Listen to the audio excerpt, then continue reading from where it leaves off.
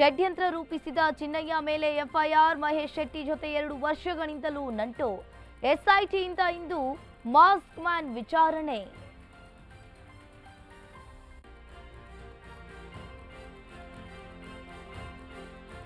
ಮಗಳ ಮಿಸ್ಸಿಂಗ್ ಕತೆ ಕಟ್ಟಿದ ಸುಜಾತಾಗೆ ಎಸ್ಐಟಿ ಡ್ರಿಲ್. ವಿಚಾರಣೆ ವೇಳೆ ದಾಖಲೆ ನೀಡಲು ದೂರುದಾರೆ ಒದ್ದಾಟ. ರೇಡ್ ಬಳಿಕ ಬಹಿರಂಗವಾಗಿ ಕಾಣಿಸಿಕೊಳ್ಳದ ತಿಮ್ರೊಡ್ಡಿ.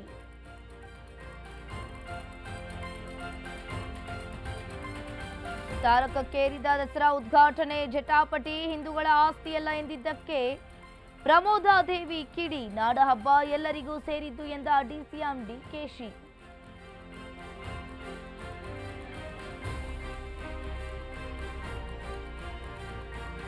ನಿರ್ವಹಣೆ ಇಲ್ಲದೆ ಹಾಳಾದ ಉದ್ಯಾನವನ ಸಾರ್ವಜನಿಕರ ಉಪಯೋಗಕ್ಕೆ ಬರ್ತಿಲ್ಲ ಪಾರ್ಕ್. ಬಾಗಲಕೋಟೆ ನಗರಸಭೆಯ ಆವರಣದಲ್ಲೇ ಅವ್ಯವಸ್ಥೆ.